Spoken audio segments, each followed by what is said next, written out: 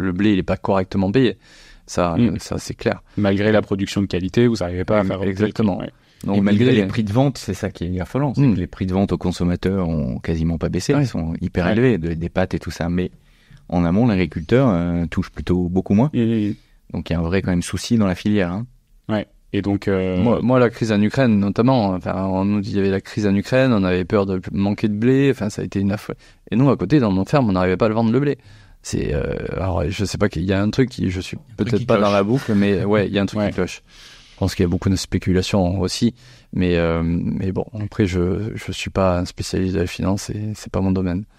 Donc t'as ça. Ensuite, du coup, ton activité de boulangerie, c'est l'activité principale de rentabilité sur ton exploitation. Je la lance, donc pour le moment c'est pas encore suffisant, mais oui, on espère que c'est plutôt là où on va obtenir une rentabilité.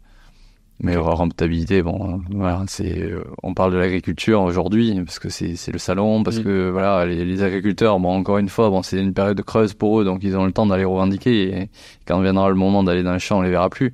Mais c'est vrai qu'aujourd'hui, le souci, ça touche tous les domaines. Moi, la boulangerie est en grosse crise avec la crise de l'énergie. On a les commerces de centre-ville qui se enfin, à Paris, ça va peut-être, mais c'est vrai que quand on va en province, les centres-villes se vident. En fait, on a tout ce qui est commerce, artisanat, enfin, des modèles qui s'effondrent au profit des grandes chaînes, des gros. Et ça, c'est vrai que là, bon, il y a peut-être quelque chose à faire, mais là, ça appartient au domaine de la politique et je les invite à avoir une vision sur 20, 30, 50 ans, voire plus. Mais c'est vrai que les politiques, je pense, aujourd'hui, ont un gros rôle à jouer. Mais tu vois, quand tu parles de vision et quand on parle de toi, la transformation que tu as actée, j'ai du mal à comprendre. Donc aujourd'hui, les agriculteurs sont représentés par 5 syndicats, dont un qui est très majoritaire, qui doit représenter 50% à peu près des agriculteurs, et qui est donc complètement contre l'arrêt des intrants chimiques, notamment glyphosate, etc., et qui est vraiment vent debout contre ces propositions européennes. Avec tout ce que tu dis, on comprend que c'est quand même des visions très court-termistes de lutter contre ça. Qu'est-ce qui fait que les agriculteurs n'arrivent pas à voir plus loin que ça ?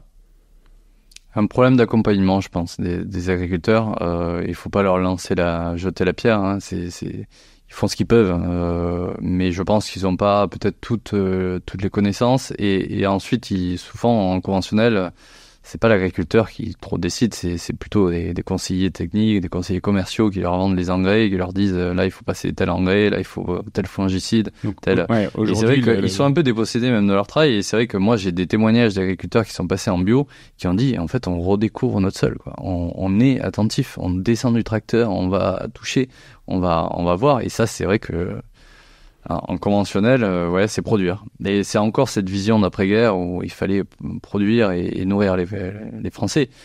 Aujourd'hui, bon, c'est pas la même problématique. Je pense qu'il faudrait changer, quoi. La vision, il faut changer de vision. Oui, moi j'avais pas du tout ce point de vue. En fait, l'agriculteur, c'est vraiment celui qui passe le tracteur, mais c'est pas du tout celui qui décide de ce qu'il faut faire, quoi.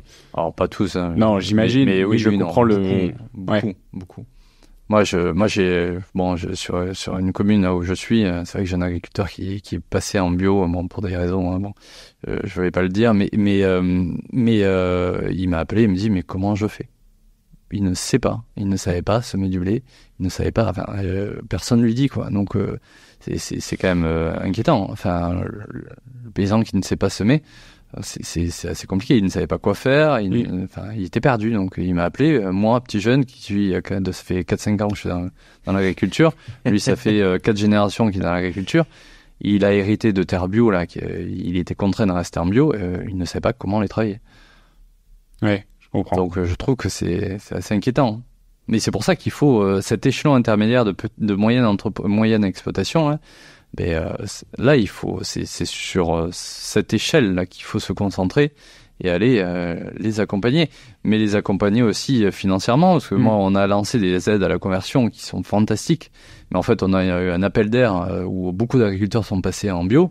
Et puis en fait, quand ils ont passé la durée de conversion, du coup, là, en ce moment, avec la crise du bio, ils repartent en conventionnel. C'est quand même dommage d'avoir mis autant d'argent pour au final ne pas faire le suivi après-vente, quoi.